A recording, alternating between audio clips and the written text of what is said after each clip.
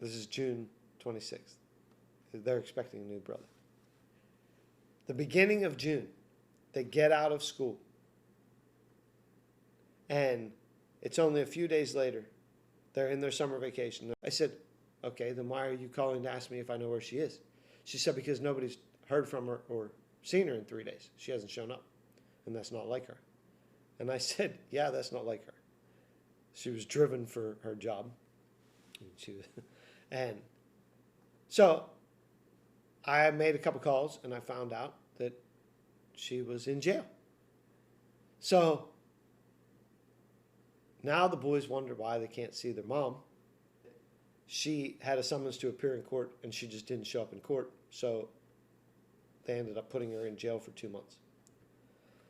So I have to have this conversation with a 6-year-old and a 9-year-old that they can't see their mom for the next 2 months because she's in jail. But that doesn't mean she's a bad person. Sometimes people just have to go to jail. Like, I'm having this conversation with my sons. How do you make a child feel good about that? And then 3 weeks later, they're expecting a new little brother, and he's stillborn. So now they still have 5 weeks that their mother's in jail from that date. And it was not a good situation. Thankfully, Rachel's father, he loved spending time with his grandsons, and so he took them for 2 weeks and took some time off of work, and he actually spent a good bit of time with them. So it was good for them to be able to get out of the house, especially with the tragic loss of a child. And so that's where we were. But neither one of us were the parents that we should have been.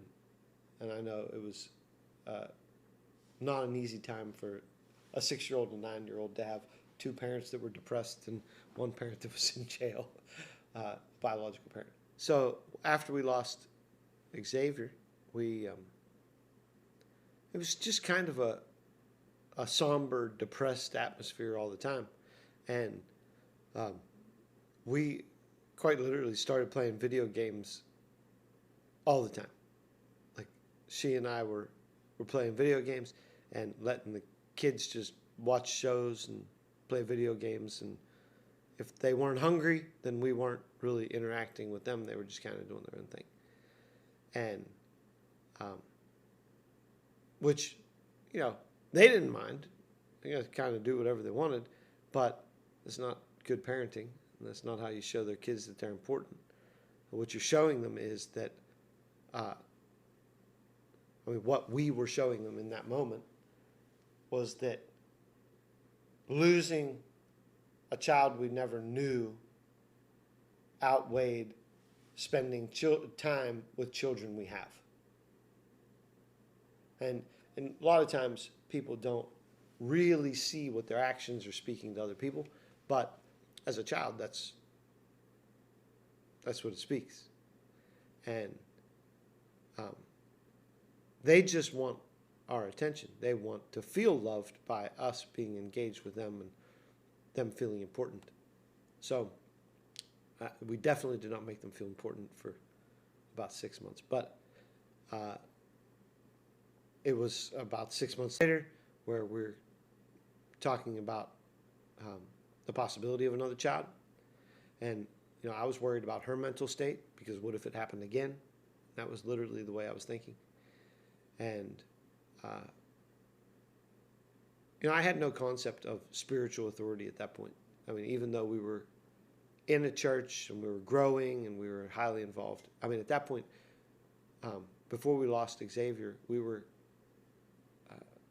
probably at the church 6 days a week, serving and doing all kinds of things. And whether it was being part of a small group or whether it was actually serving, doing things at the church. So we were growing in the Lord, but we still weren't fully, righteous and holy and uncompromised. And she got pregnant again. And it was like, overwhelming joy. So then we got an ultrasound done, and she found out that it was a daughter, and That's what she was always hoping for, was to have a daughter. And so there wasn't a question. She brought it up about possibly naming her daughter, our daughter, after her mother. And her mother had passed away from cancer right after we dated. So when she was in her early 20s, or when she was 21. As soon as she was turned 21, her mother passed away from cancer. So here we are, and that's another 10, 11 years later, and she's pregnant with a little girl, and she asked. So we did name Irene after her grandmother, and she carried full term. Everything was fine, and Irene was born in August of 2010, and everything seemed to be, there was joy again. Like, you're not worried about something bad happening, because now the baby's here and joy's back. We're attending church and everything's going well. And 9 months after Irene was born, I was on my way to work, and I was riding on my motorcycle, and I pulled up to a stop sign, and there was a young man behind me who was texting on his phone and hit my motorcycle from behind at a stop sign. And I suffered a pretty bad spinal injury. So I had 3 wedge vertebrae in the middle of my back, and I had a central protrusion choking off the spinal cord right at my waistline, my belt. So I was in excruciating pain. I was off work for 7 months. When I crushed a nerve in that accident, it wasn't the only accident that I had. I was in other accidents as passengers or driver, and my head's gone through about 4 windshields, and I've had several spinal injuries. So before the motorcycle collision, I had already had spinal injuries that had occurred.